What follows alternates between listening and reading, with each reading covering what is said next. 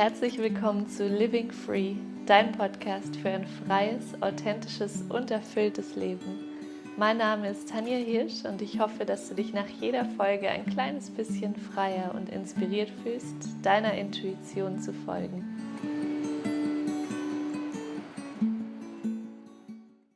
Herzlich willkommen zurück im Podcast. Ich freue mich sehr, dass du heute wieder mit dabei bist. Und heute erwartet dich ein Interview mit einer Frau, die mich persönlich sehr inspiriert und berührt hat, mit der ich eine ganz besondere Verbindung hatte in Bali und jeden Mittwoch immer zu ihrer Breathwork-Session gegangen bin, ja, wo ich jedes Mal wie neugeboren wieder rausgekommen bin. Und deswegen freue ich mich umso sehr, dass sie Ja gesagt hat zu diesem Interview und ja, ihre Geschichte mit uns teilt, die ganz inspirierend ist, wie sie von einer Turmspringerin ihren Weg gegangen ist und erstmal in Unternehmen gelandet ist und gemerkt hat, das ist nicht das, was ihr Herz möchte, und dann ja diese wichtigen Fragen gestellt hat und den Mut hatte, wirklich loszugehen, und wie sie letzten Endes dann in Bali gelandet ist und jetzt ihre Leidenschaft teilt und ganz viele Menschen um sich herum inspiriert und transformiert. Und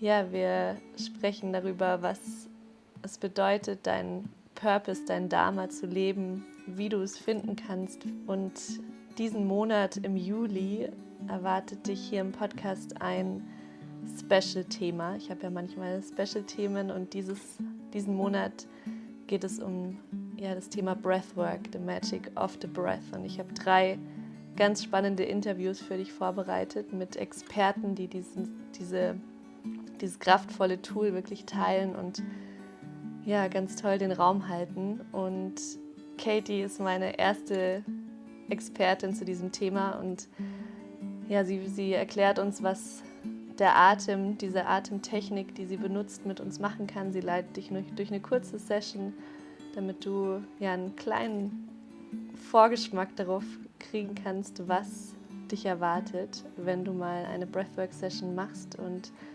wenn du persönlich an einer Breathwork-Session teilnehmen möchtest, dann findet am 31. August in der Roten Fabrik mit dem Philipp und mir ein Event statt. Du findest die Infos wie immer in den Shownotes, wo wir ja erst durch eine Intuitive Flow-Stunde fließen werden und der Philipp euch dann durch eine geleitete Breathwork-Session leitet. Und ich freue mich, wenn du da dabei bist. Ansonsten wünsche ich dir jetzt ganz, ganz viel Freude mit diesem inspirierenden Podcast-Interview und freue mich wie immer, wenn du mir deine Gedanken da lässt. So, welcome to the podcast, Katie. I'm so honored to have you here. Thank you. Happy to be here. The first question I would like to ask you, what does living free mean to you? I actually love that that's the name of your podcast because I do work with a company called Living Free Institute. Actually, yes, and that's part of the work that I do. It's with my trauma recovery work that I do, working with trauma recovery clients. But so I love that. So Living Free actually, and it connected with me deeply when I started working with this company, because to me, actually, that's one of my biggest values in life, is to feel freedom. To feel like you're living from a place of freedom from within yourself, freedom around the world. And I think it does stem from finding it within yourself first. Yeah. So I love that term, actually. It's something that I live by a lot. That's one of my kind of biggest and basic tenets with how I like to live. And if I am feeling constricted in any way, then I need to reevaluate, where I am in life or what I'm doing or whom I'm with. And I always like to just cultivate this greater sense of being able to live more freely. Yeah. I loved it. Thank you so much for sharing. So I met you at Istana in Uluwatu in one of your magical breathwork and yin yoga classes, and I resonated so much with the words you spoke and with you as a human being and your soul, and I'm so grateful that we met. And before we dive into what you do and the power of the breath, because we have this special in July, and you're the first interview guest I invited to this podcast about this topic. So before we dive into this can you share a little bit about your background, your story? I love to show people that you can always escape the rat race, and you can, if you follow your heart and you find courage, that you can, literally make a living. You can create your dream life with every passion you have, and you're the embodiment of that. And I would love to hear about your background, where you raised, where did you live, how did you start your business, and how did you end up in Bali in the end. Yeah, I love that, and I love how you brought up the word passion, because that's something that I've really lived with since I was a young age. So when I was young, I started off as an athlete. So I was balancing school and athletics. I started off for a few years as a gymnast, and then I stopped doing gymnastics, and I moved into springboard diving. So I became a springboard diver from a young age until my early 20s, and did it throughout college, and it was a very big passion of mine. And so every day for hours a day, I'd be focused on this passion, although it was hard and it was scary many times, but it taught me to overcome a lot of fear and also get into my body a lot deeper. So I found embodiment and this mind-body connection. I'm so grateful for it. I found it at a younger age. And so that's something that I've always connected to. But I say all of that also because when I got to my early 20s, once I was done with college, my diving career ended. Because you don't just go out and go diving on a springboard in a pool, right? You just can't do that. And even if you can, you need a coach, you need a lifeguard, you need all these things. And so that just sort of came to a stop for me. And it was in my 20s that I was feeling very lost. It was like a piece of me had been taken away, and I needed to refill it. And it was coming from this place. What I realized over a few years was that I'd lost something I was so dedicated and passionate about that also kept me embodied within myself and allowed for kind of a sense of freedom too, of being in my body in a specific way and overcoming fear, but making those choices. And so for many years, I mean, you can ask my family, I would be crying with them, feeling like I was missing something. So I'll back up. I grew up in the state of Maine, back in the United States, and in a smaller town. And then I lived in Boston for a few years, and then I moved to California, to Los Angeles. And it was there that I was debating about going, furthering my education. I studied psychology. I studied sports psychology in college, because sports psychology and just the mind was such a big piece of the sport that I was in, and really connected with that a lot, and decided to move to California and got a job instead. So I did that, sold my car, bought a one-way ticket to California, had 3 bags on me, I think, and just got started with life pretty quickly. It flowed pretty well, where I got a job, an apartment, a new car, pretty quickly when I landed in Los Angeles, and got into a job that ultimately I didn't enjoy, but felt like I needed to stay with it. I needed to push through it. This is what we do. We go to college. We then get a corporate job. We then, try to rise up through the ranks, climbing that corporate ladder. And that's what I was doing in my 20s. And I sort of recognized during that time that as I was in this corporate life, that I'd look around and I didn't really want to be those next ranks up in that job. And there was a disconnect with me. And I loved that it was for a lot of people that were in there, but it just didn't feel like it was for me. But being that, competitive athlete mindset, I tried to stick with it. But I found myself changing careers. I was recruiting engineers and scientists. And then I got into medical sales, working with patients with splinting devices, and I loved working with them because I would see them improve their health, whether it was for, a total knee replacement or whatever it was, recovering from an injury. I was there to help them. I was a part of their therapy team. And then I ended up going back into the corporate world. I got recruited back in, got kind of pulled back into that, and I got back into it, but with an intention of looking into a career that I had never heard of before that time, and it was corporate wellness. So it was working with employees to help them better their health and overall well-being. And so I got back into the corporate world to help the employees there. And I had this whole mindset of, I'm going to change, the corporate mindset. I'm going to turn it into health and well-being and not being about the rat race. And I'm going to do it from the inside.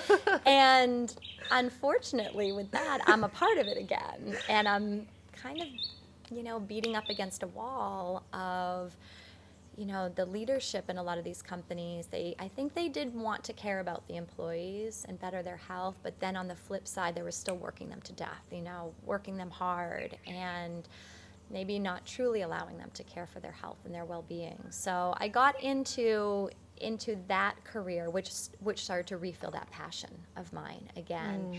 And during that time, I also took my yoga teacher training. So I had been practicing yoga for many years since I was an athlete. More from the physical standpoint, I got into it for that, for that reason really, is just to be in my body, to strengthen my body, to get more flexibility, to help me with my diving career. And it just stayed at that physical level, for a little bit. And then, as I continued with that practice, I started to get deeper into the much deeper benefits of yoga. And I started to connect deeper to what it is that I wanted in life and how I was living life. And again, kind of realizing this corporate world wasn't really fitting who I was deep down. I was following the path of thousands, millions of other people in America going down the corporate path because that's all that I knew. That's all that I thought we needed to do.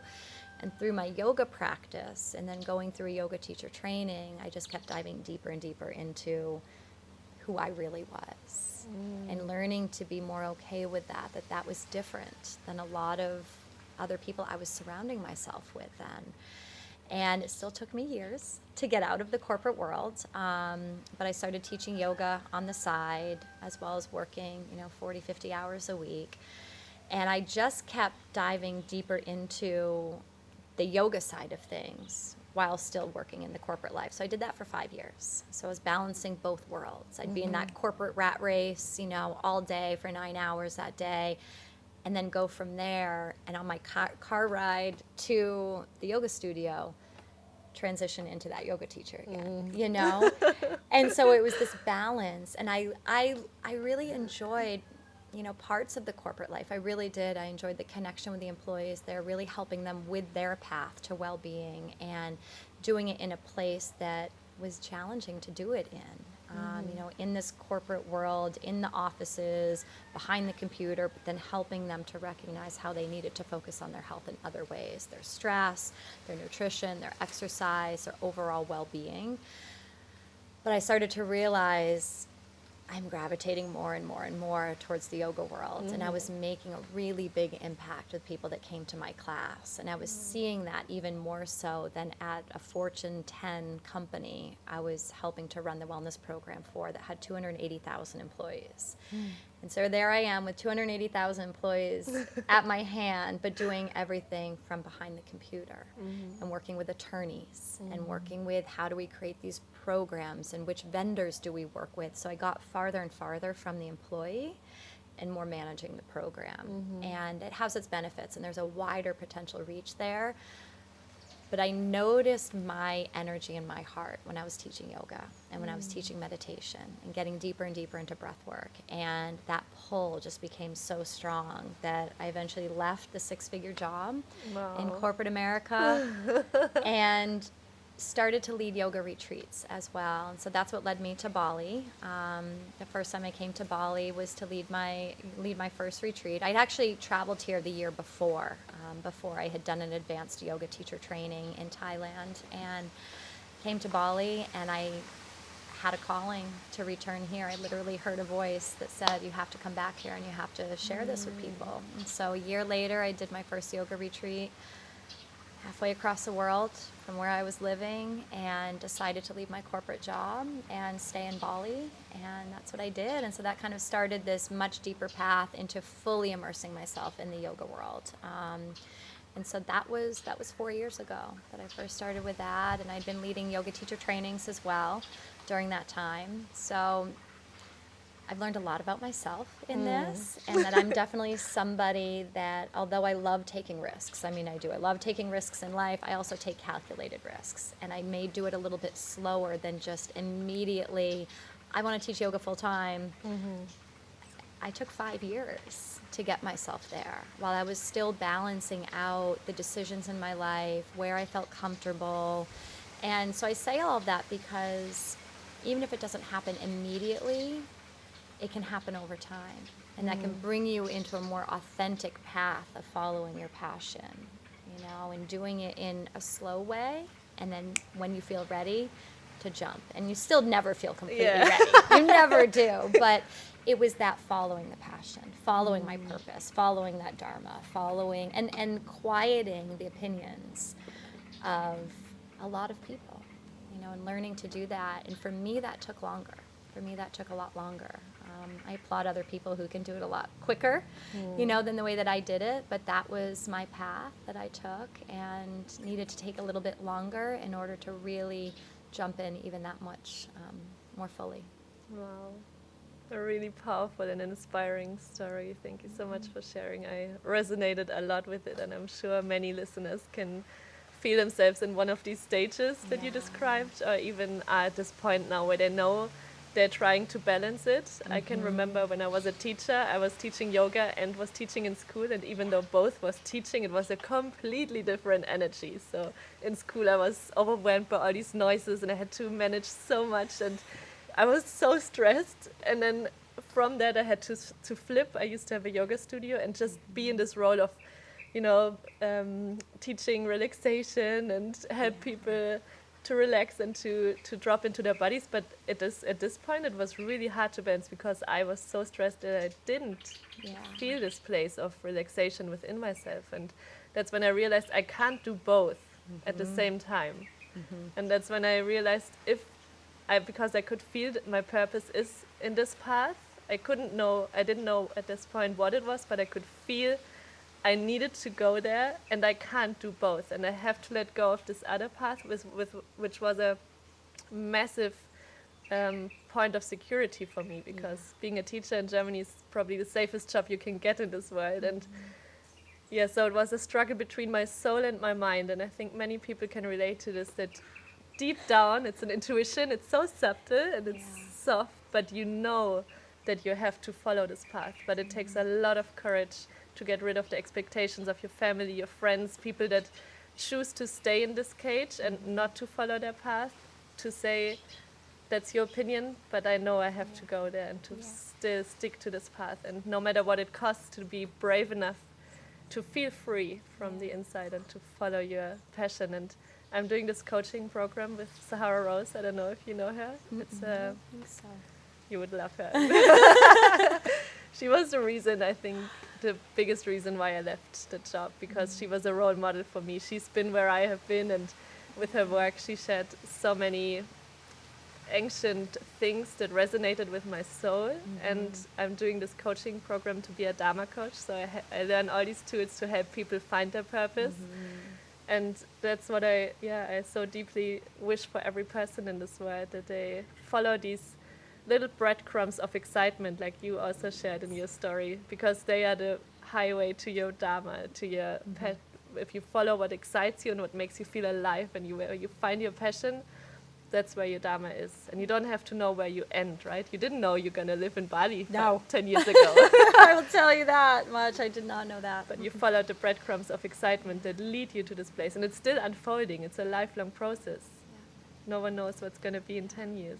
Absolutely. And I love that you use that term breadcrumbs, because that's what I use a lot when I'm talking to people, is that, as I've looked back, even though I was living, my 20s were a lot, and into my 30s, I'll be honest, there's a lot of changes that have happened in my life. But, as I look back, I see the breadcrumbs. I see how it led to this moment. And when you're in it, you don't know. But once you can learn to reflect back, without attaching to things, but just look back and observe, and then it brings you into a greater state of trust for where you are right now, and to know that I didn't know I was going to be here right now. And it took me learning to trust that, and really, really trust that what I'm doing right now is going to lead to exactly where I need to go next, and where that's going to look, what that's going to look like down the line. And I don't know. And it's exciting.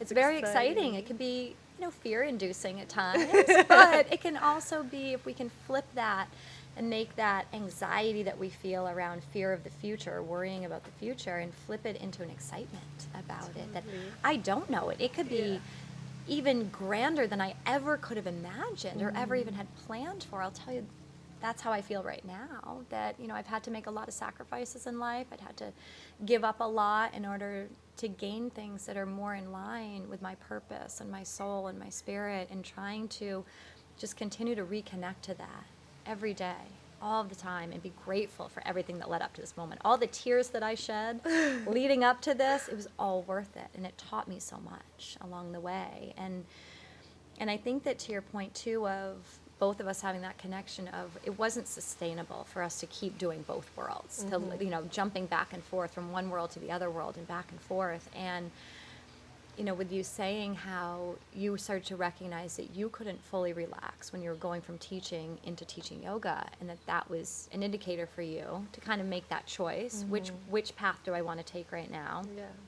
But I also think that gives people that have had this experience like we've had that much more of a connection to so many people in that class that we're teaching, or on the retreats that we're leading, that people that come from this balancing of multiple worlds, and that we can speak to that because we've lived through that as well.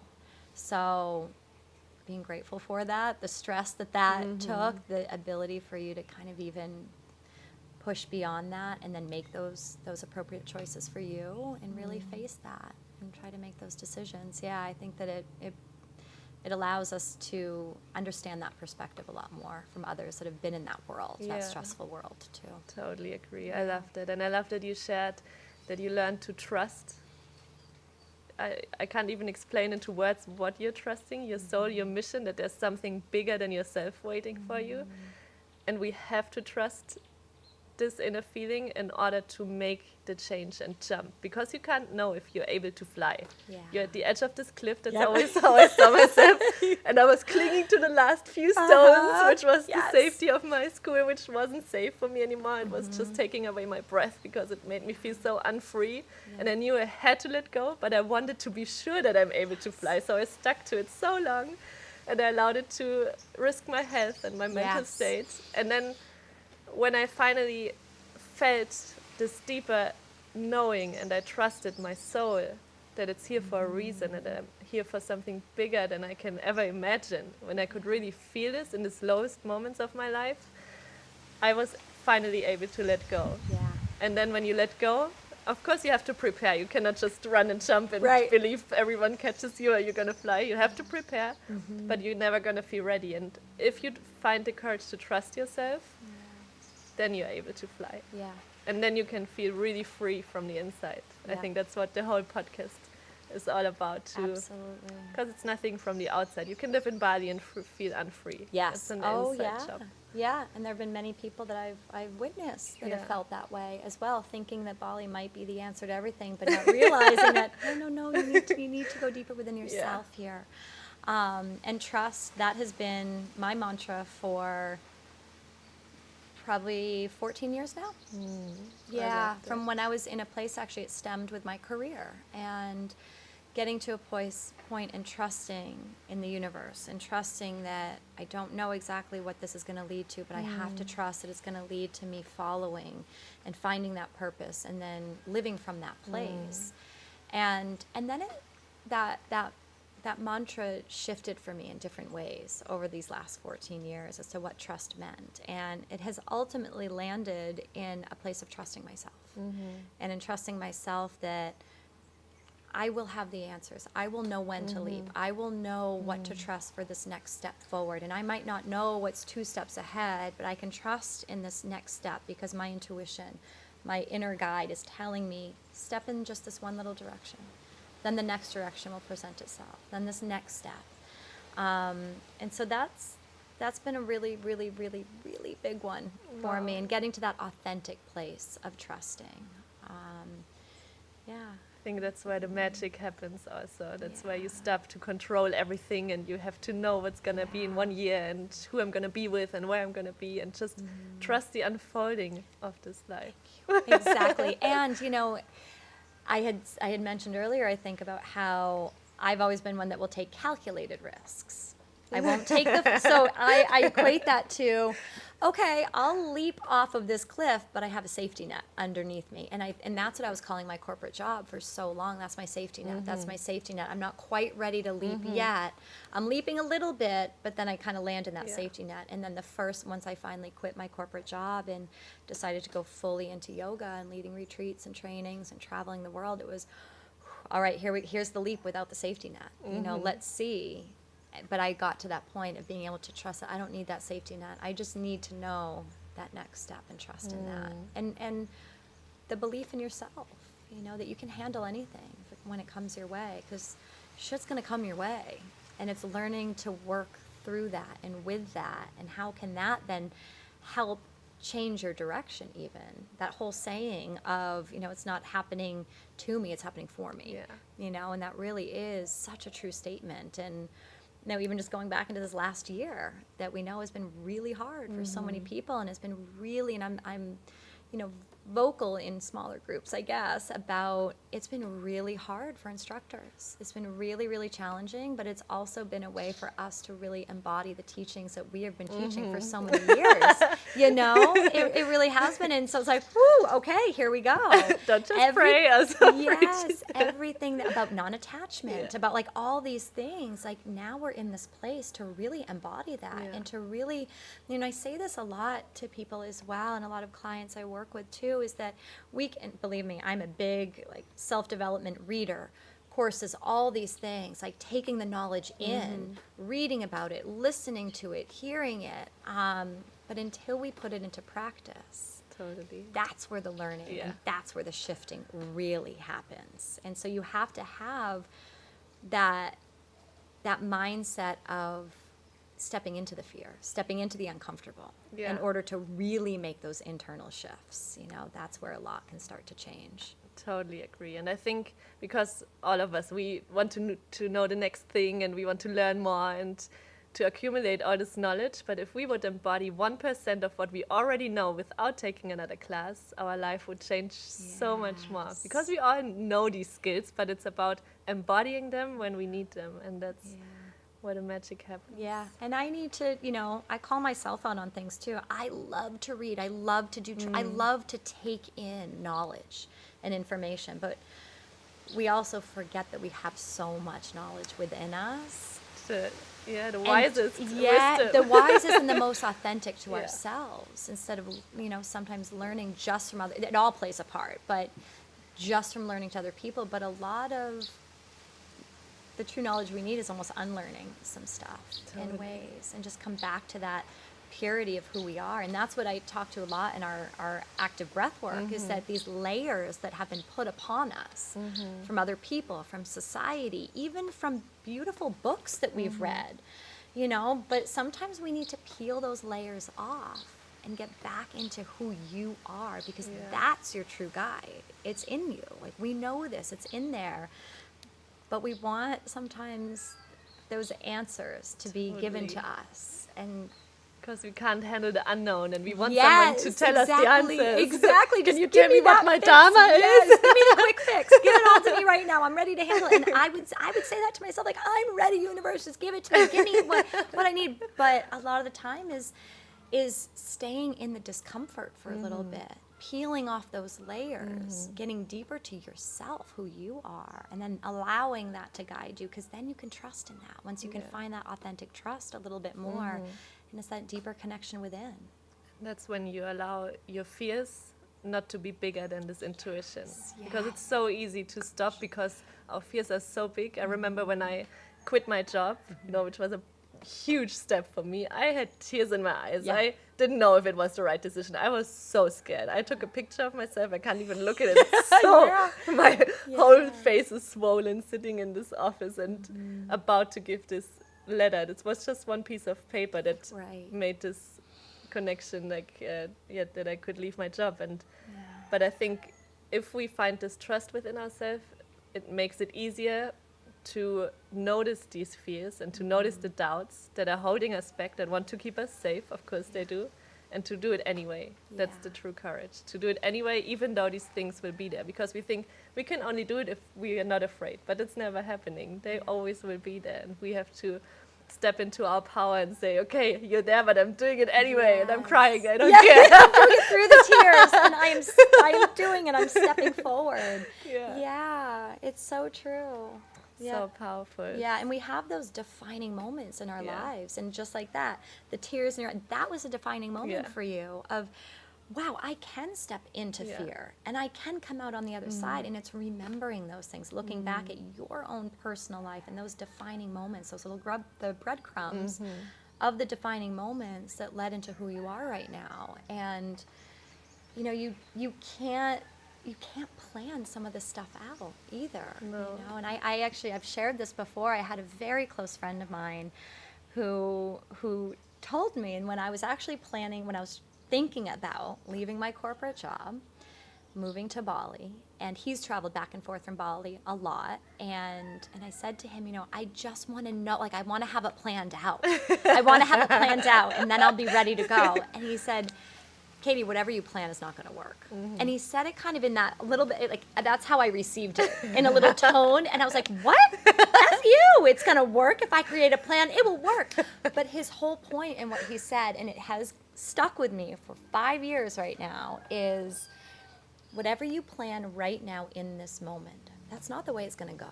As much as you want the exact specifics, it's not going to be exactly that. You need to leave room open for how it can twist and turn naturally, because when you take this just next one step, you might then have at that step, you might be given 2 options. Then you have to choose right or left. Yeah.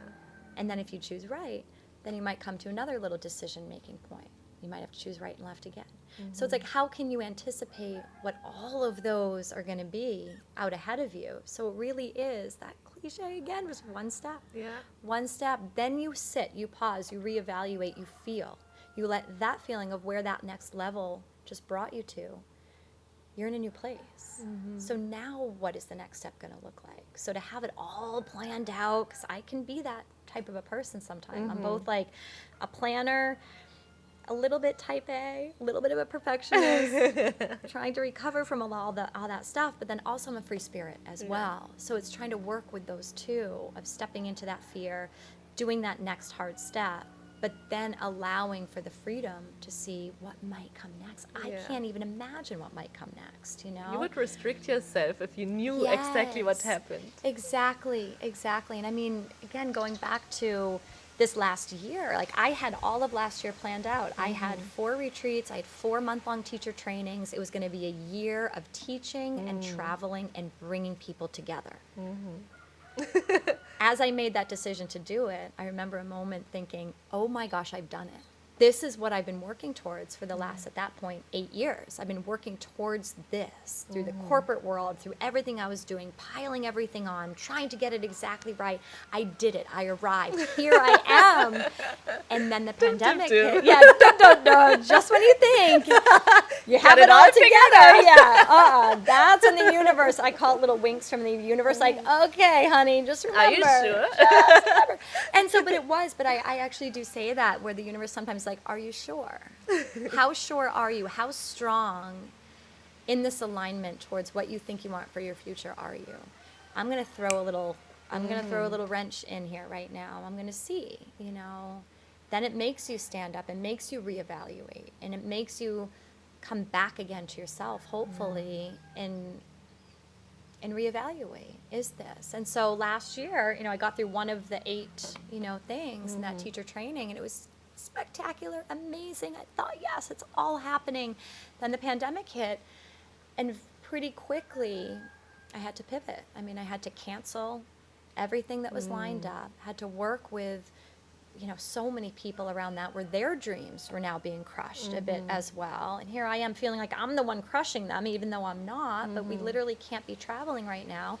And so at first I was in the best industry, traveling, teaching yoga, bringing people together, bonding, connecting, and I love that piece of it, to now that was the worst industry to be in. You literally can't be traveling, and you sure as hell can't be bringing groups of people together. Yeah. You know, it's almost like this last year has been trying to separate. I mean, as we know, it's been separating people. And I'm in the industry and in the passion of bringing people together. And so how can we still do that? How can I still do that in a different way? And so pivoting online, which, for a lot of us is not the ideal format.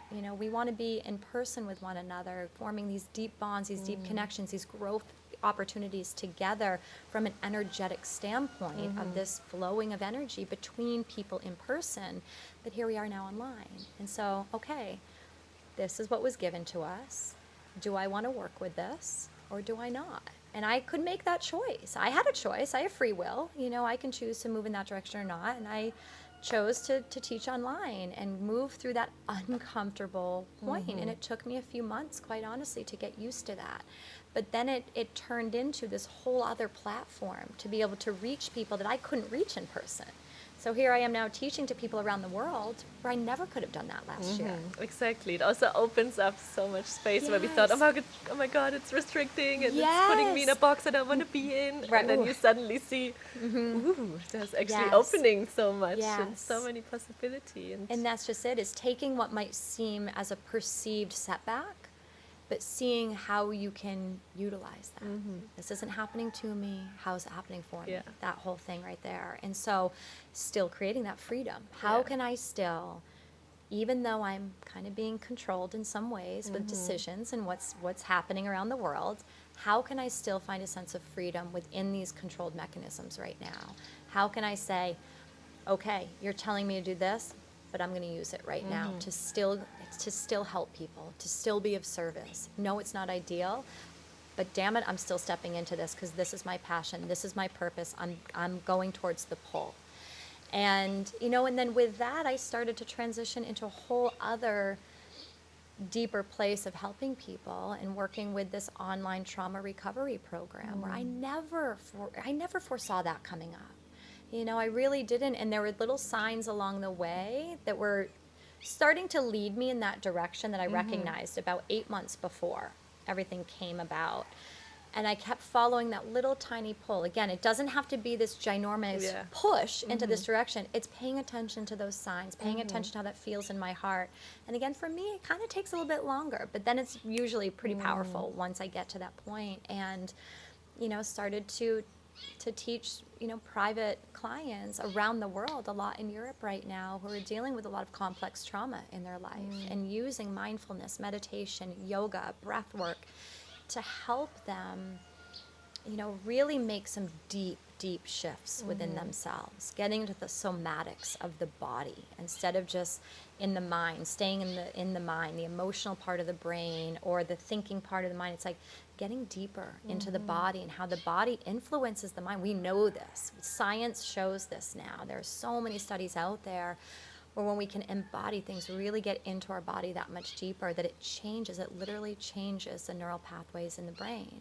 And it changes our nervous system. We start looking at all these different theories, of how the mind, the body, and the nervous system work together. Once we start to utilize that, we can use it to our advantage and, go deeper and, go higher, with it.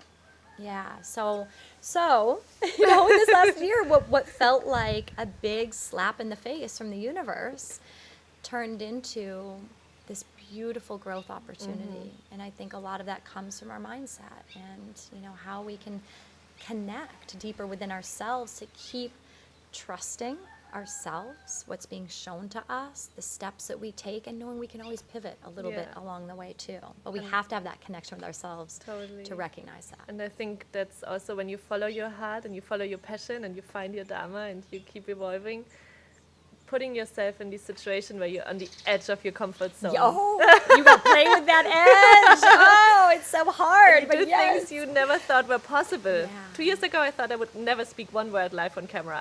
You could have paid me $1 million. No way I would have. No way. And now I'm doing it and it's getting normal. And that's where you also see you're capable of so much more than you think you are. And that even grows the trust within yourself. Because you see you're so much more. There's still so much waiting for you. Yes.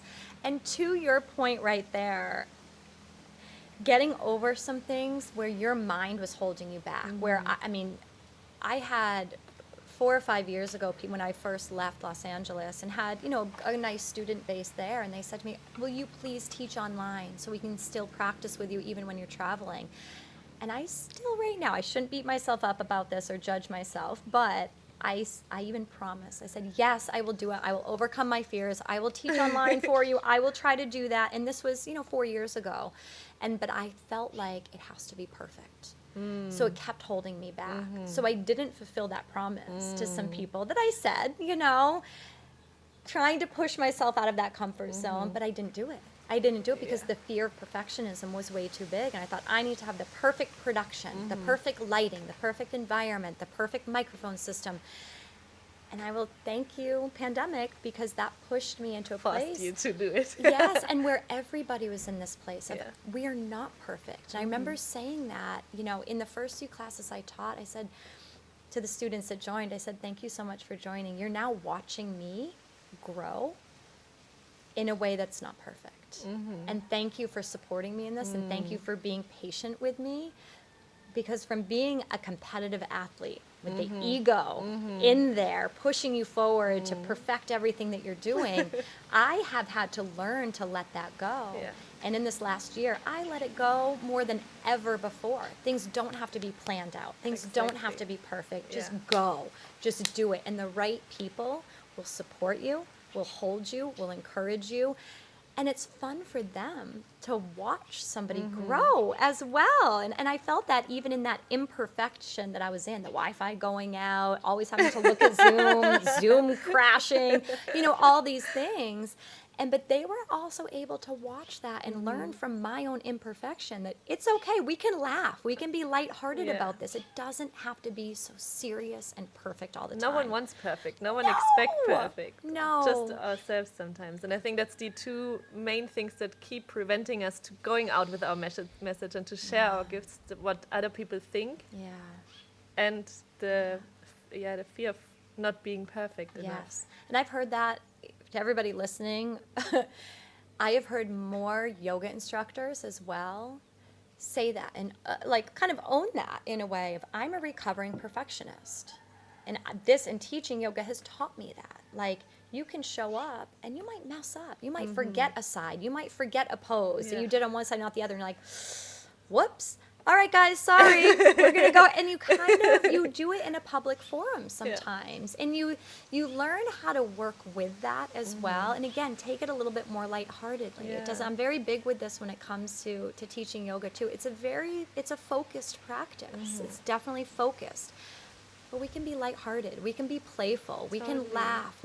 I love when people are smiling. I love when people are doing their own thing, to a degree, because it's them listening to themselves and working with that and not having to do the perfect pose that everybody else is doing all the time. It's that's what we're trying to get away from a little bit. I know. And when you think about the teachers that you connected the most, it was never the ones that did the perfect sequencing. It was the one that didn't take themselves too serious, and you could connect with them on a human level. And you didn't even care if they forgot a complete left side. Right. No. And it was more, and I used to say to one of my teachers that I actually did we became teachers together. We then were teaching at the same studio, and I would go to her classes, and after class, she'd be like, oh my God, I totally messed up. I said, you know what I love the most about your class is your laugh. That is what, that makes me feel softer. That makes me feel like I'm not perfect. She's not perfect. He's not perfect. Nobody in here is perfect. And the person guiding us can laugh about it. Give the little giggle, that perfect little giggle that just softens the room. And it makes you remember, we don't have to be perfect. We don't have it all planned out. We don't have to know all the answers. Exactly. We learn to go with that flow and not attach to anything that may have gone, quote unquote, wrong. But who says that it was wrong? Exactly. It was what you needed, the experience that brought you to the place where you are now. I always say this in my creative workshop with my best friend. When we create something, it's not perfect. We say it's beautiful, but not perfect, just as we are, because we are beautiful because our imperfections, right? We don't want to look all the same and fit into a box. We are perfectly beautiful the way we are. Yeah, absolutely. And we should remember that. Yeah.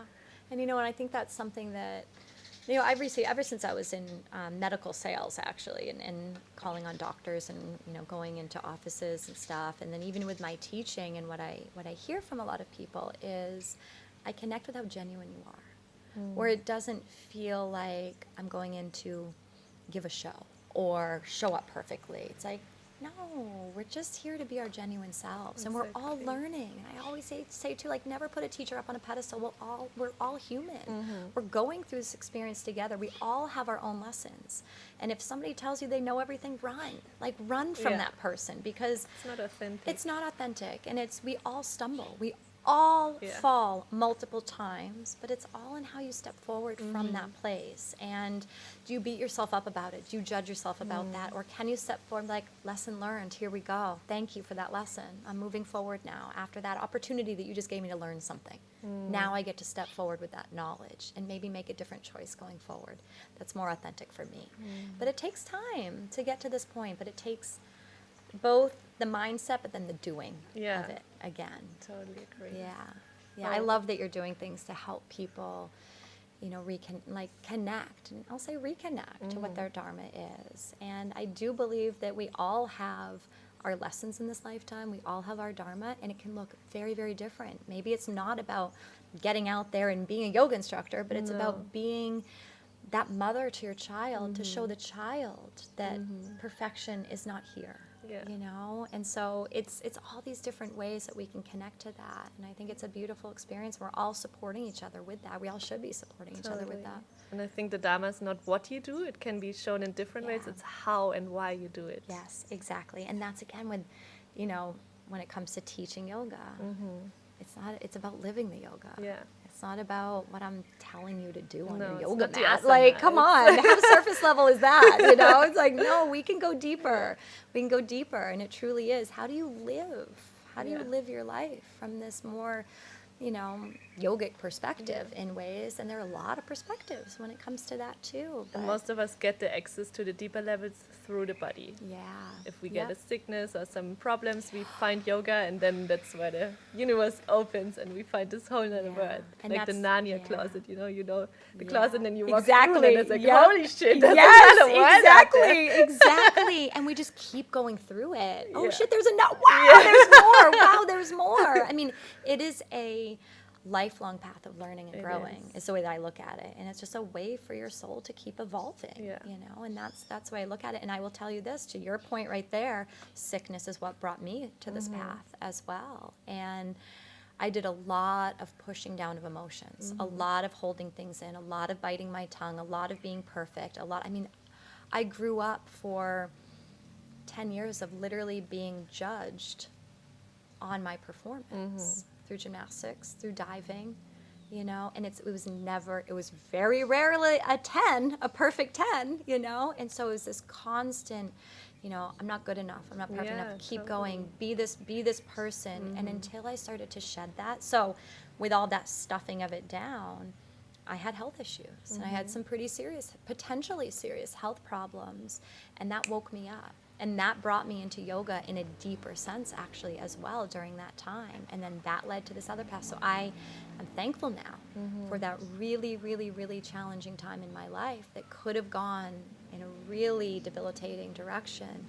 But I paid attention. I finally paid attention, And we know this, that, what might start off as being tired leads to headaches, leads to stomach issues, leads to joint, the body will keep showing things that that you might not be listening to in the mind or in your heart or in your spirit, and the knock gets louder and louder and louder and louder and louder. And that's why it is about paying attention to a lot of things along the way, and that's what we focus on a lot in yoga. The way I like to teach is focusing on the sensations. The tiny little sensations you start to, because that's what changed it for me. So I was on medication for many, many years. And once I started a more regular yoga practice and went deeper, I didn't need the medications anymore because I started to pay attention to the symptoms that were coming up that I would ignore for many, many years of, oh no, it's just a little stomach issue. Just keep moving forward. Just keep doing everything you're doing. Yes, just cover it up. But no, we need to uncover how my body speaks to me, which could be different than how your body speaks to you. So that's why there's not one strict path of what to eat, what to do for exercise, how to do stress reduction for you, which is why I love to teach a multitude of ways. Yoga, breath work, various meditations, various breath techniques, because we're at different cycles in our life too. And where we are right now could be different than 5 years from now. And where we are in the depth of what we're understanding within ourselves. So it's this, it really is a journey. It really is this path. And I think the work that you're doing is so powerful because it allows us to be so sensitive that we can hear the whisper and don't have to hear the soul scream. Yes. Like for me, it was a burnout. I had a really meltdown on my knees moment where my soul was so loud and where I could really feel this connection and where I knew this is the edge and I don't want to go any further.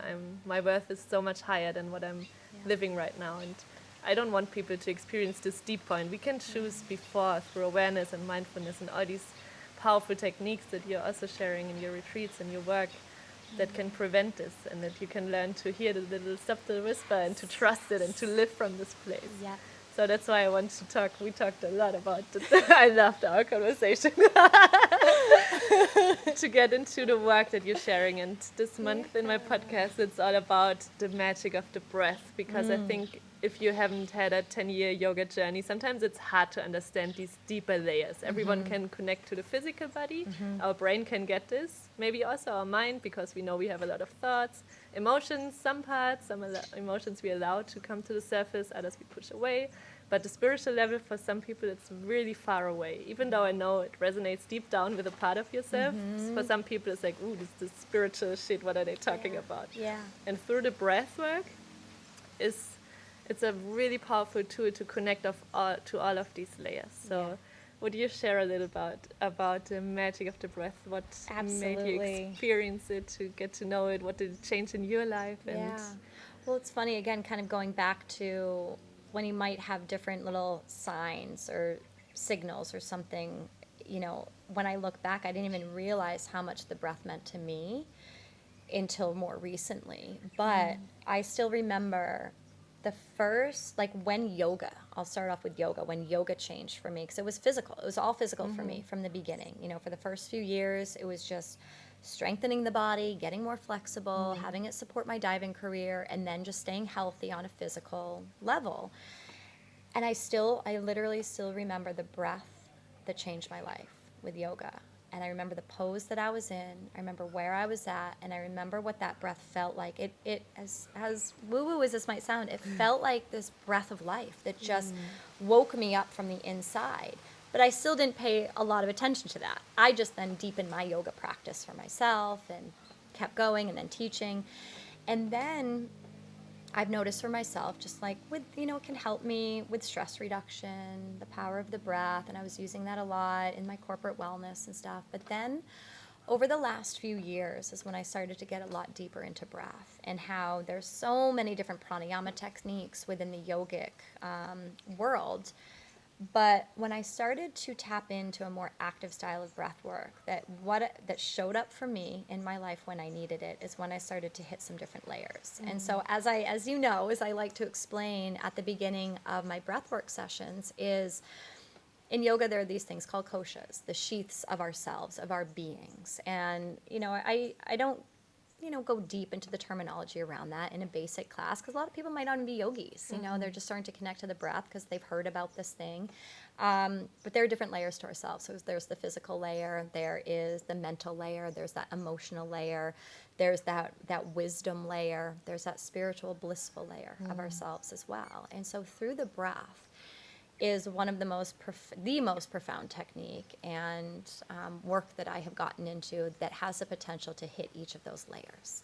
And it could be different each time you step in, each time you lie down, each time you breathe. And that's the beautiful thing about it, is that, one day you could come in, you could hit the physical layer, and you start to feel the circulation in your body, actually creating more health within your body. You can start to breathe deeper. You build your lung capacity, which has been shown now through some studies that the larger your lung capacity, the longer your longevity in life.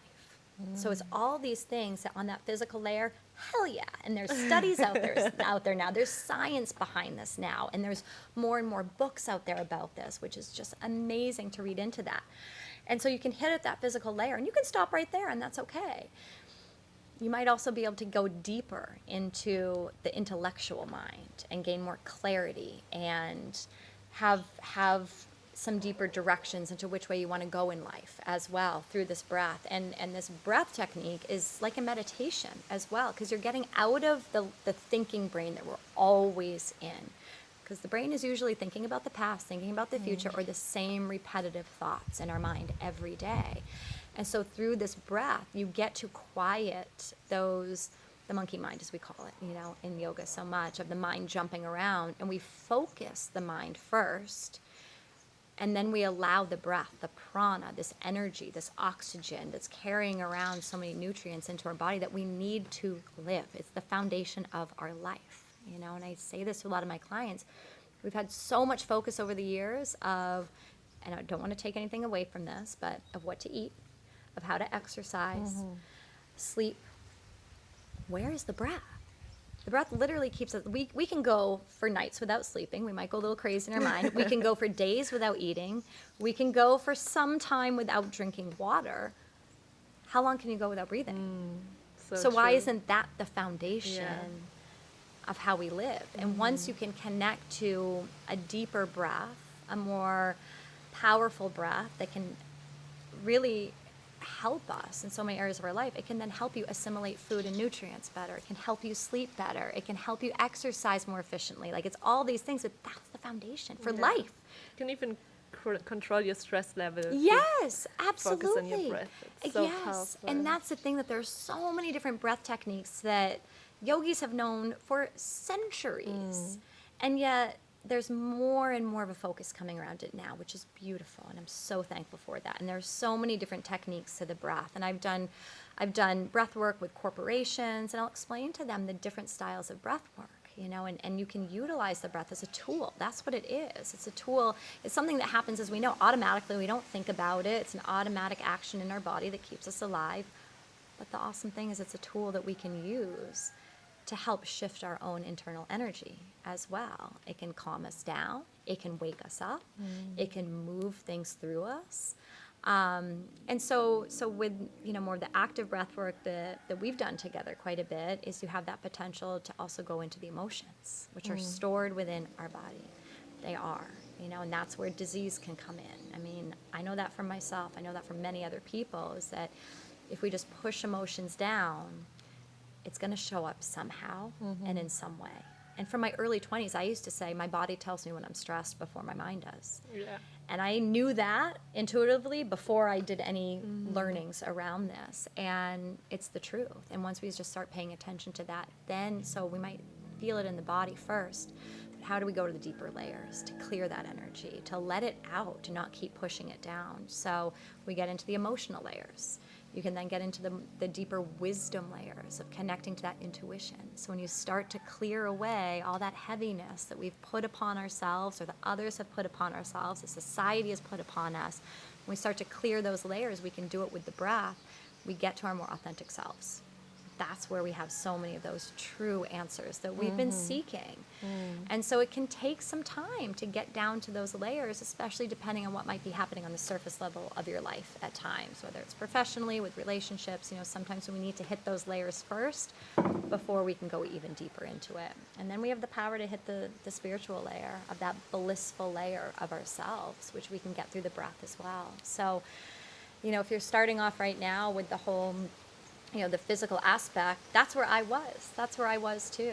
And so just to stay with it and then see where it can take you. And it has really helped me. Breathwork has helped me move through grief a lot easier, quicker, and more authentically as well. And so it has that deep power that if there's loss in your life, if there's pain in your life, if there's grieving, we're all grieving something in our lives at some point. This can really help you to access that by going deeper than the logical thinking mind, because the mind only knows so much. Yeah. We think we know a lot, but it actually holds us back in a lot of ways. So how do we go beyond the thinking mind and get deeper into that wisdom state of ourselves, where so many more answers really do lie? So powerful. Thank you so much for sharing. Yeah. So if someone's listening and they think, what are they talking about? What is this breath work? I want to do it. Can you explain a little bit how a session works, what you do, how the breathing technique works, Yeah. what happens within your body on a physical level? Yeah. Yeah. So with the breath technique that I teach, because there are a lot of different Yeah. breath techniques out there, and even when it comes to this movement of the energy with the breath, this is an active style of breath work where it's a 3-part breath. So the inhale is 2 parts. The exhale is 1 part. So the inhale, you'll be breathing through the mouth the entire time. You breathe in through the mouth and you breathe deep down into the belly, this deep diaphragmatic breath, and then you fill the breath up into the lungs and you exhale through the mouth. So the key here with this breath is it's a continuous flow of breath. So we aren't stopping at the top of the breath and pausing. We're not pausing at the bottom of the breath. It's this flow of energy, the cyclical flow of energy to keep things moving through your body. And that helps to move endorphins, to move hormones, to really stir things up in the body. We're actually hyper-oxygenating the body a bit here with this breath because we're taking in so much oxygen into the body. And we're allowing that oxygen to do what it needs to do, to move through the bloodstream, to move through your body. And then the exhale, we know, carries away stale gas. It carries away CO2. So we're moving things through the body on the physical, scientific, anatomical level of ourselves and how the respiratory system works. But then we're also, if we think about how we store emotions in our body, we're also moving energetically other things that have been stored and stuck within the body.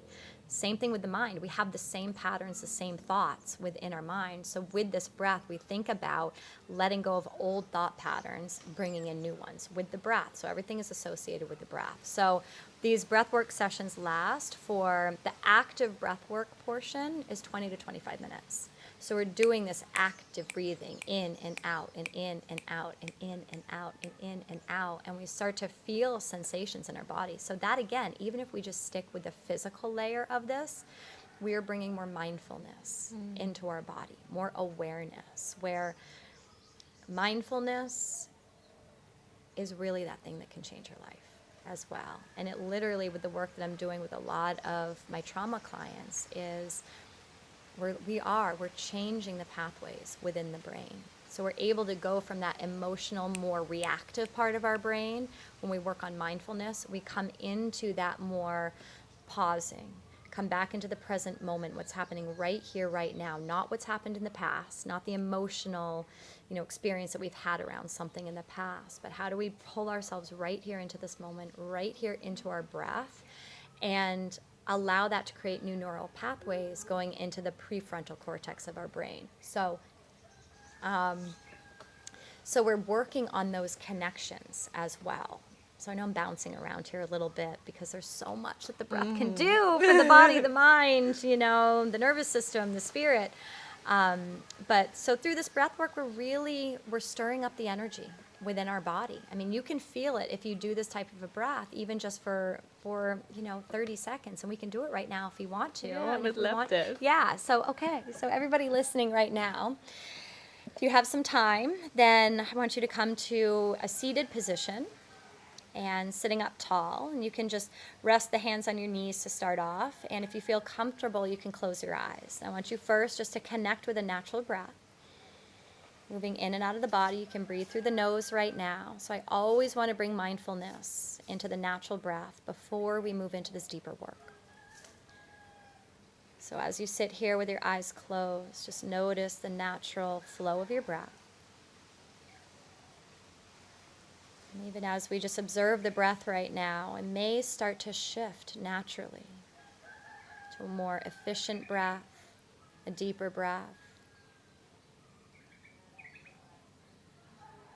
And noticing with this mindfulness how you're feeling inside of your body. How you're feeling in your mind. How you're feeling in your heart.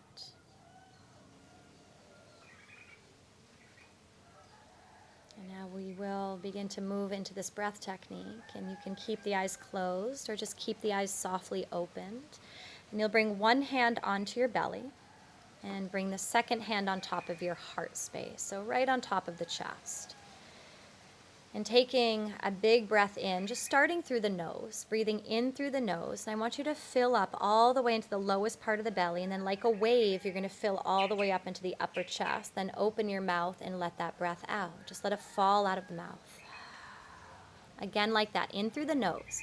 Filling up into the belly, filling up into the lungs. Open the mouth, let that breath softly release. Again, in through the nose, filling up. Out of the mouth, release.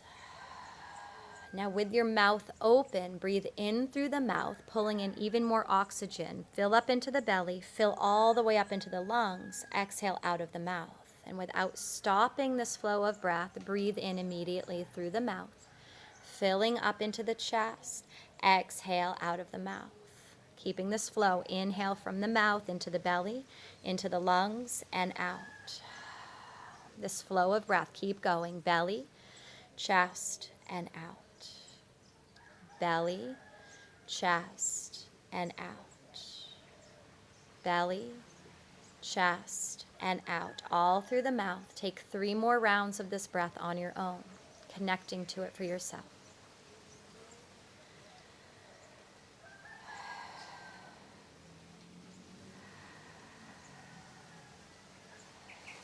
One more.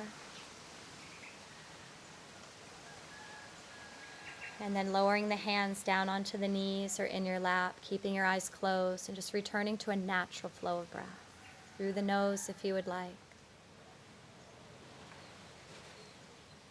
And notice what you feel.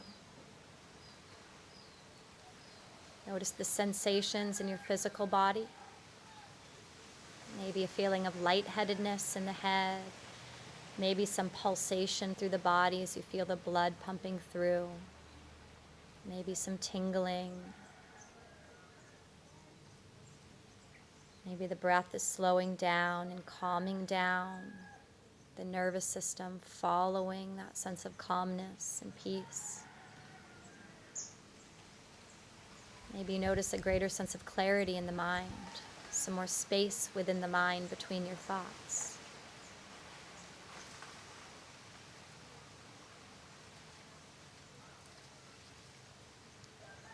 And then when you feel ready, you can blink your eyes open and just taking in your surroundings again. Maybe it feels a little bit different within your space, wherever you are sitting and listening to this. So just finding that deeper connection within yourself.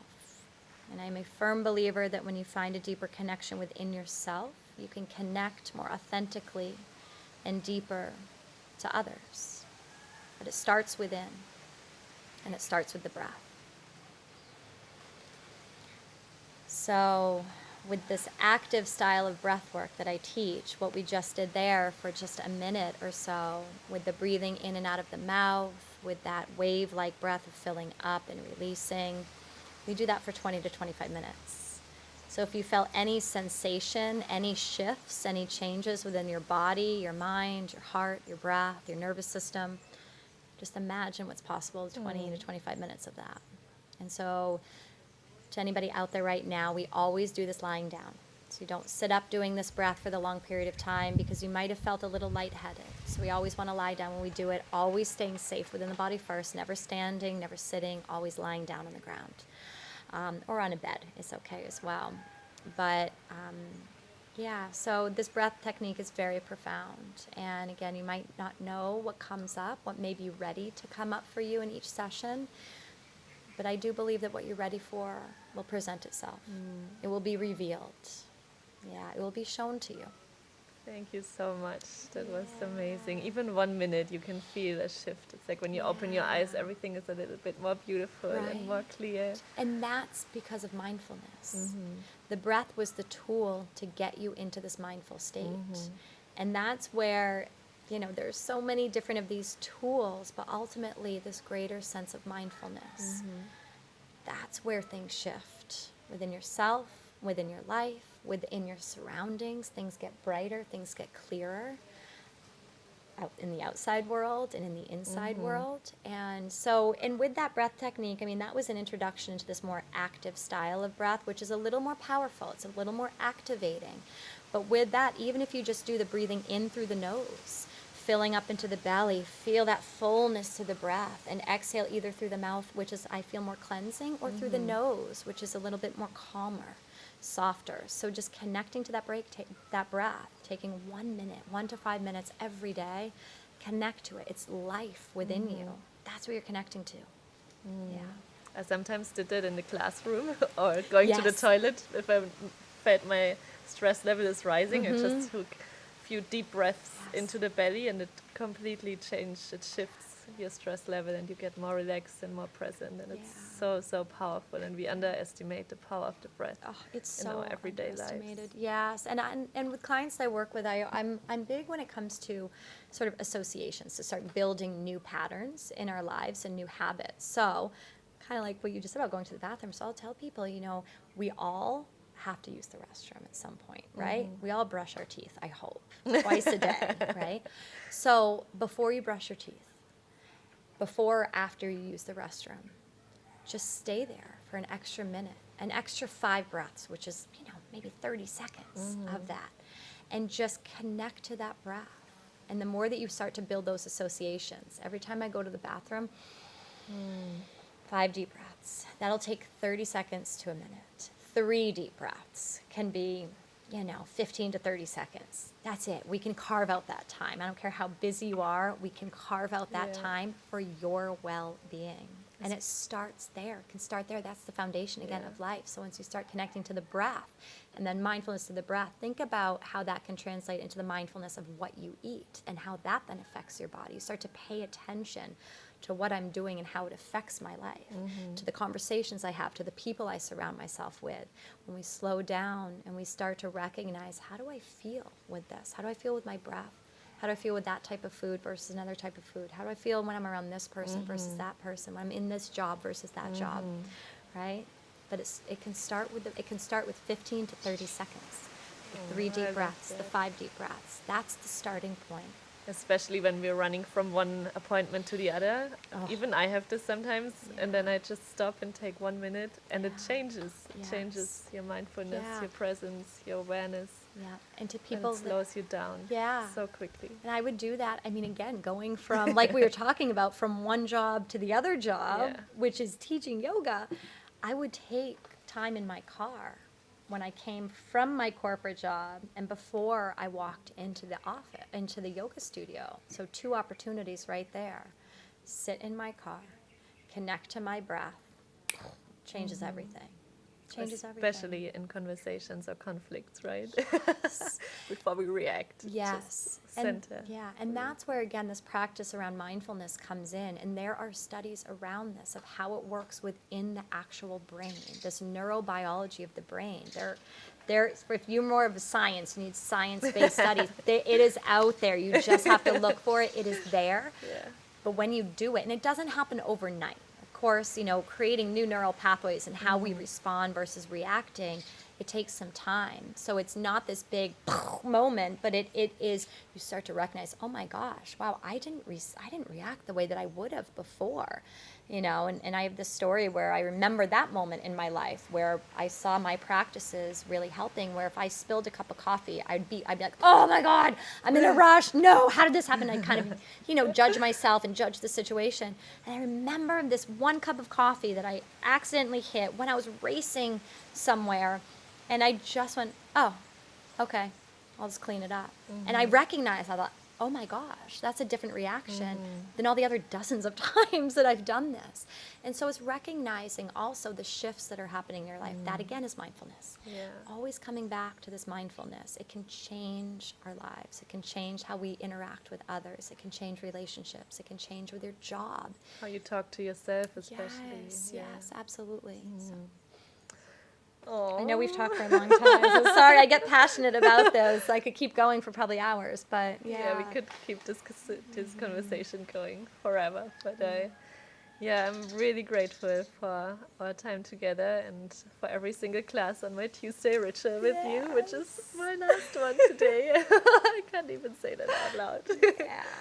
So thank you so much for being courageous, for being the free spirit that you are, for sharing your passion unconditionally, and for this conversation. So if someone, and I'm sure there's many, they want to know more about you, how can people connect with you, work with you, do breathwork with you? Yes, absolutely. So on my website is just my name, katienesbitt.com. You can find all information there. I also do public online classes for those of you in Europe. The timing may not work, but if I get enough requests, I can add in some other classes that also can work with Europe, because I do have some European students who would like to see more. Are they recorded or just live? So I do live, and then I also have a platform of recording. Okay. So as of right now, I have, I believe, 160 yoga and meditation classes. I don't have the active breath work on there. That's something that I like to do live. So that's offered more live. I do have one workshop that I did that includes some yoga and active breath work, if anybody's interested in that. That's also on my website somewhere. But so I do live online public classes. I also have that on-demand platform, which is through Vimeo. If you guys have access to Vimeo where you are, you can find that. You can rent yoga or meditation classes. You can buy them, or you can do a membership as well to have unlimited. So there's that. I also do yoga retreats around the world, yoga teacher trainings, which have been put on pause right now, but they are ready to go when we get the go-ahead. We are just waiting for it. So many people are waiting for it, so I'm excited for those gifts to be out there in the world for everybody.